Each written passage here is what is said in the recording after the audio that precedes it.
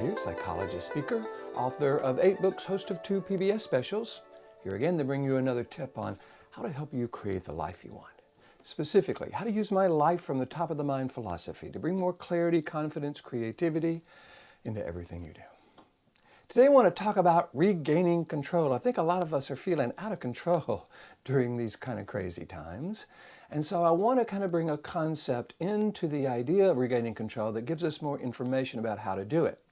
And for those of you who follow my life from the top of the mind philosophy, you know I like to bring brain science, specifically neuroscience, into helping us understand the what, the why, and the how. What's really happening, why it's happening, and how we can do something about it. So I love this quote from Albert Einstein: problems cannot be solved at the same level of awareness that created them. So today, when we're feeling out of control, when we're feeling uncertain, when we're feeling anxious, stressed, worried, frustrated, depressed, all those negative emotions, we have a tendency to look externally and ask, what is making me feel this way? And hey, there's plenty of stuff to find out that would certainly fit that category. The problem is when we can't change any of those situations, COVID-19, the economy, the stock market, difficult people, that triggers another reaction that is more problematic because now it has a sense of feeling out of control, more frustrated, more powerless. Unfortunately, we still try to change what we can't, and that triggers another reaction. We find ourselves caught in a cycle of stress, frustration, anxiety, and I think that's what the what is. It's not just that we're being triggered. It's that we get caught in this cycle and consistently feel out of control. So I like to borrow from Stephen Covey. He came up with a pretty cool concept about how to understand this and how to influence this that he calls making a distinction between our circle of influence and our circle of concern. He says when we operate within the circle of influence, we have more control, more influence over our life, and we feel more powerful, more influential in our life and the lives of others. When we get outside that circle of influence and operating in the circle of concern, however, that's where the stress, frustration, anxiety happens. So, for those of you, again, who follow my life from the top of the mind philosophy, I like to go a little bit deeper. Let's look at the brain science behind the concept of the circle of influence and the circle of concern. Because if we're willing to start where we have the most influence, the very beginning of the process that triggers our thoughts, feelings, and emotions, I think we can have more influence over our life and the lives of others. So when I'm talking about the circle of influence, I'm not just talking about our attitudes, our beliefs, our behaviors, our relationships, things like that. That's true. We do have more influence there than we do the circle of concern, but let's go a little bit deeper. For those of you who follow my life from the top of the mind philosophy, you know we got these 3 parts of the brain. Lower part of the brain is called the brainstem. That's the fight or flight part. Upper 80% of the brain I call the top of the mind. This is the neocortex. This is where we have access to our clarity, confidence, creativity, compassion, best problem-solving skills, interpersonal skills, etc. Middle brain, that's the interesting one. It's called the limbic system. This actually acts as a gatekeeper, or in today's terminology, it acts as a scanner, a processor, and a router. So it is the first part of the brain that receives data.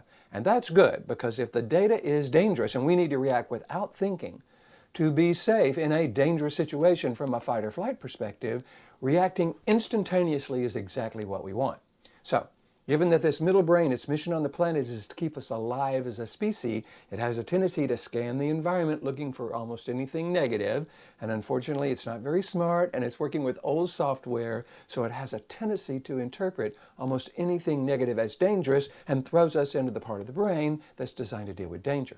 Unfortunately, that instantaneous response bypasses the neocortex, that's clear, confident, creative part of our brain, where we make our best decisions and are more purposeful in how we influence our life. So rather than just allowing this old reactive brain that's working on old software to engage that lower brain and find ourselves in this lower brain, which again is the fight or flight part of the brain, which we really can't deal with all the challenging situations we're dealing with in life from this lower brain, and that's where we get caught in the cycle. Rather than just letting it determine that, I like to teach people how to shift from this lower brain up into the upper 80% of the brain and actually change the chemical makeup of your body. Because when we're in this lower brain, we're triggering chemicals that are designed for fight or flight, adrenaline, noradrenaline, and cortisol. By the way, cortisol, one of the things cortisol does is it shuts down non-essential systems so that we can go into fight or flight. One of those non-essential systems that it shuts down is our immune system. Gosh, if we need anything right now, it's that a strong immune system. So we don't want this old brain throwing us into the lower brain, triggering our stress, frustration, powerlessness. We want to be coming from the upper 80% of the brain. So in my seminars, my books, I give people a 5-step model that actually spells brain, that shows people how to shift from the lower brain to the upper brain, change the chemical makeup of our body. Then I give them another model about how to stay in this upper 80% of the brain and literally rewire the brain. You know, we got these neural pathways in the brain, the lower brain going to that lower brain from the limbic system, some neural pathways certainly going to the upper 80% of the brain. The more we're able to influence, you know, circle of influence, how the brain is wired, the neural pathways we are creating and sustaining, the more influence we have over our thoughts, our emotions, our behavior, and that then allows us to really operate within that circle of influence.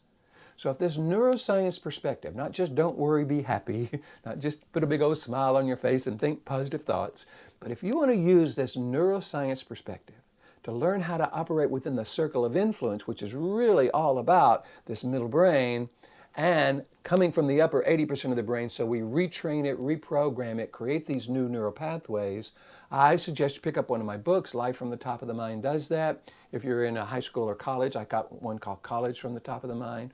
Or if you want me to come to your organization, either in person or virtually while we're in this situation, to show people how to shift from that lower brain to the upper brain so they access their clarity, confidence, and creativity, both in a professional and a personal role.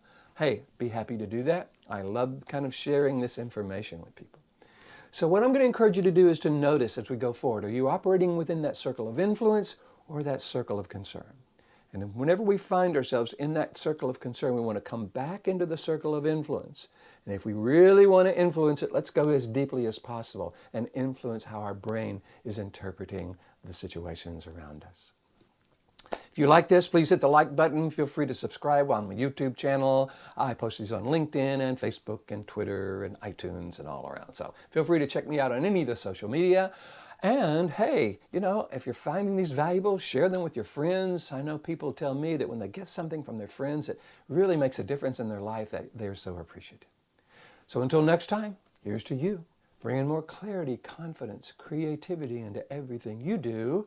And I'll look forward to seeing you in the future.